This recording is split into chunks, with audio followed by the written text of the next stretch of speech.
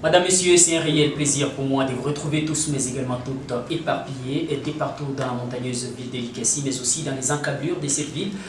Bienvenue dans ces magazines face à face, et ces magazines qui reçoivent les différentes personnalités de la République démocratique du Congo qui essaient d'étayer les différentes questions d'actualité politique. L'attention, bien évidemment, de la population qui nous suit à l'Ikessi à travers le monde via notre chaîne YouTube de la radio et télévision Canal Teta. Aujourd'hui, nous sommes spécialement venus au niveau de la ville minière de Kolwezi, où nous sommes venus à la rencontre du président de l'entente provinciale ou de la Ligue provinciale de cyclisme au niveau de l'espace Katanga, la personne de maître Didier Ndjungu Kachala, avec qui nous allons devoir nous entretenir autour de cette grande question qui concerne la gestion de la Ligue de cyclisme au niveau de l'espace Katanga. Bonjour, président. Bonjour, messieurs les journalistes. C'est un réel plaisir pour nous d'être reçus dans votre résidence, bien évidemment, pour que nous puissions nous entretenir autour de cette problématique qui concerne la gestion de la Ligue de cyclisme au niveau de l'espace Katanga. Quelle est la santé de cette ligue? Merci pour cette question. Je crois vous êtes sans ignorer que c'est depuis 8 ans que je suis à la tête de cette entité, de la Ligue interprovinciale du cyclisme médical Katanga. À l'époque où, quand j'étais encore au niveau de l'entente de l'Ikessi, il a plu donc aux membres du comité de pouvoir m'élire en tant que dirigeant. J'ai achevé mon premier mandat avec plein de succès, comme vous le savez, parce qu'à son temps, j'avais trouvé qu'il n'existait que deux ententes, l'entente de l'Ikessi et l'entente de Lumbashi. Pendant mon mandat, j'ai consenti beaucoup d'efforts avec les membres du comité. Nous avons réussi à implanter deux autres ententes, notamment l'entente de Kipushi et l'entente urbaine de Kolwezi. Aujourd'hui, où nous parlons, nous en avons maintenant 4. Parce que pour qu'on vous appelle Ligue viable, il faut au moins avoir 3 ententes. Et nous déposons maintenant, nous sommes au-delà de 3, c'est à 4. Nous avons travaillé dur donc, avec les membres du comité sur base d'un calendrier programme qui nous a permis de pouvoir évoluer normalement et organiser plusieurs compétitions, tant provinciales et au niveau national. Nous avons accompagné nos entités en les dotant, bien sûr, de matériel, parce que le cyclisme, c'est un sport qui ne génère pas de recettes, mais ça demande toujours des gens de bonne volonté. J'ai eu à doter personnellement moi-même 8 vélos au niveau de l'entente de Kipushi, 6 vélos à l'entente de Kolwezi. Ce n'était pas facile parce que, comme vous savez, pour que nous puissions avoir des athlètes, il faudra bien sûr les doter des matériels nécessaires pour pouvoir servir à compétir. Et ce sont de telles questions qui se posent à tout moment. Quand nous faisons des appels, des demandes aux gens de bonne volonté, c'est très rare de voir que les gens deviennent en aise. Mais nous avons la bonne volonté et aujourd'hui, la santé du cyclisme au Katanga est en super forme parce que vous savez, nous avons participé au premier tour cycliste international organisé donc, sous le règne du Premier ministre Napoléon. C'était en 2013. Nous sommes allés avec la délégation du Katanga, qui moi-même qui était à la tête. J'avais amené au moins 10 coureurs, on a remporté, et donc on a compétit avec les autres. Et parmi les coureurs que j'ai moi-même amenés, il y a même les coureurs Jean-Luc Chiano qui avait franchi la ligne d'arrivée à la dernière étape. Voilà un peu, en bref, mais nous avons beaucoup de choses selon vos questions et nous allons développer au fur et à mesure. Question d'éclairer l'opinion, c'est que nous sommes comme Ligue et qu'est-ce que nous faisons, quelles sont les ambitions, quels sont les projets que nous avons. Nous avons tant d'autres projets qui sont encore d'être matérialisés. Merci beaucoup alors, Président.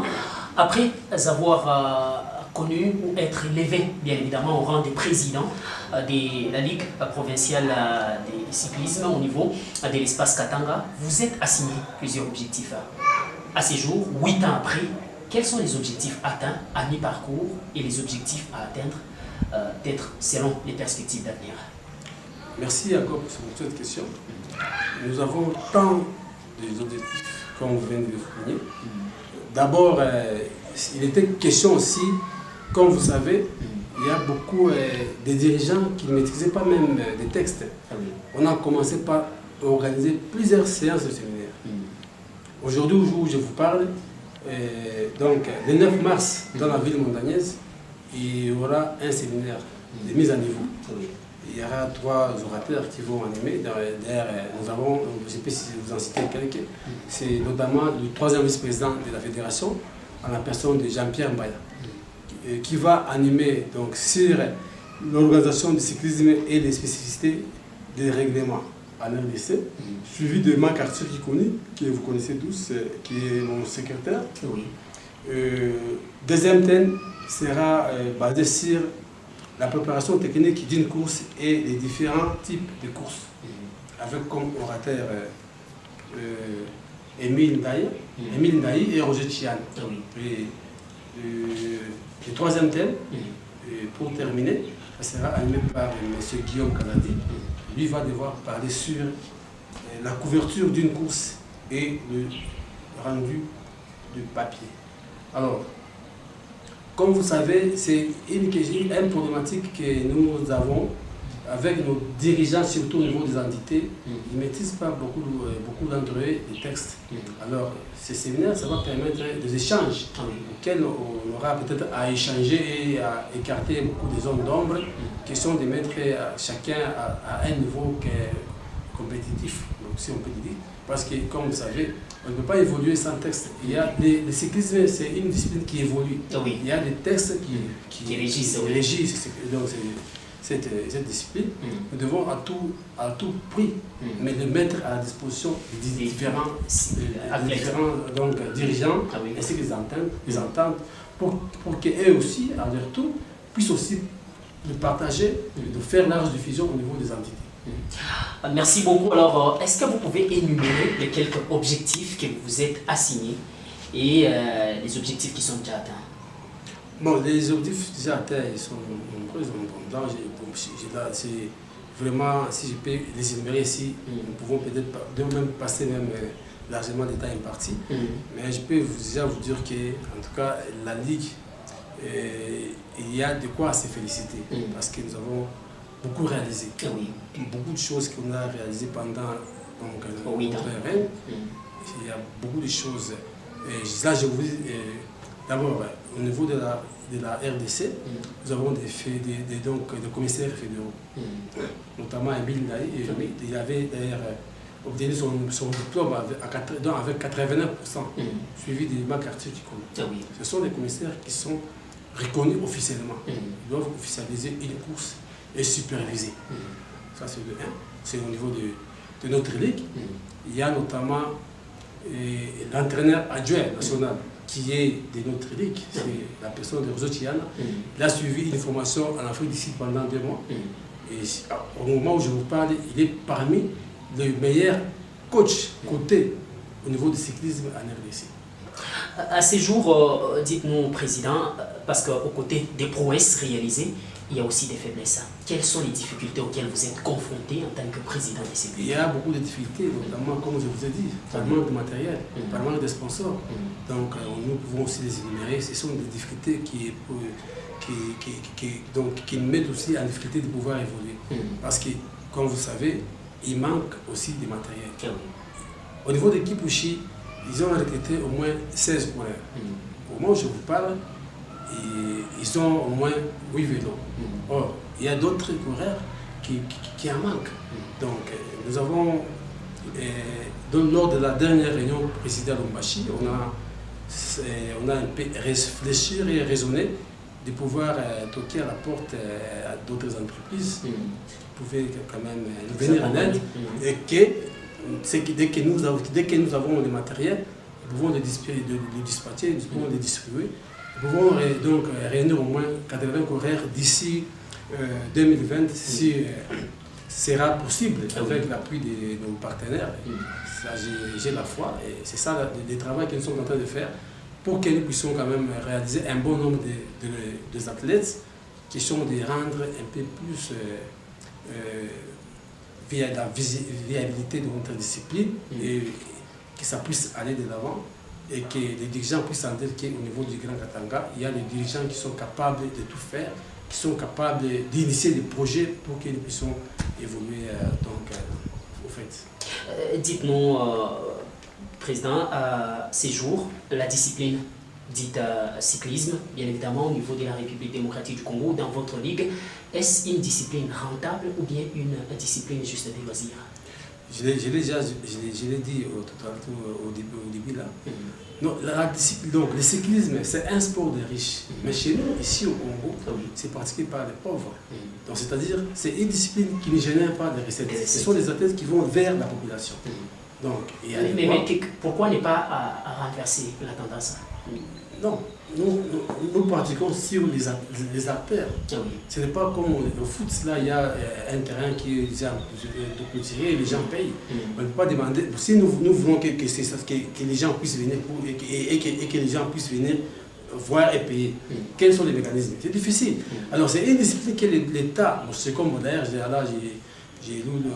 félicite quand même notre gouvernement, parce que le Tour cycliste est à 100% donc financé par le gouvernement de la République. Mais il y a un sérieux problème au niveau maintenant des ligues. Pour les tours cyclistes, là, ça ne pose pas un problème. C'est l'État qui donne les moyens, donc les moyens de transport, par voie aérienne, voie routière, tout ça c'est l'État qui prend tout en charge, le logement de tous les dirigeants.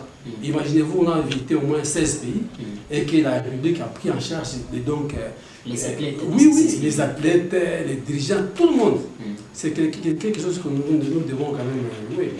Il y a un petit problème, c'est au niveau maintenant de la Ligue. Nous attendons de la fédération, si on peut aussi donner des subventions, on peut aussi commencer à donner des moyens pour que nous puissions évoluer. Je crois que c'est un projet qui est en cours d'examen. Peut-être avec la volonté de notre président de la fédération, à la personne de M. Sylvestre Noktaï. D'ailleurs, c'était déjà un projet qu'on avait déjà proposé en 2017, 2016 comme ça. Mais nous attendons que ça puisse maintenant être réellement réalisé, parce que chaque mois, au moins qu'il nous donne quelque chose. Nous espérons, parce que nous sommes presque arrivés à la fin de cet entretien. Est-ce que vous avez un message à adresser à tous les athlètes qui sont en train de vous suivre, les autorités, mais aussi les membres qui vous accompagnent dans cette lutte sur laquelle vous êtes engagé? D'abord, je suis très ravi, surtout avec l'accompagnement des membres de mon comité.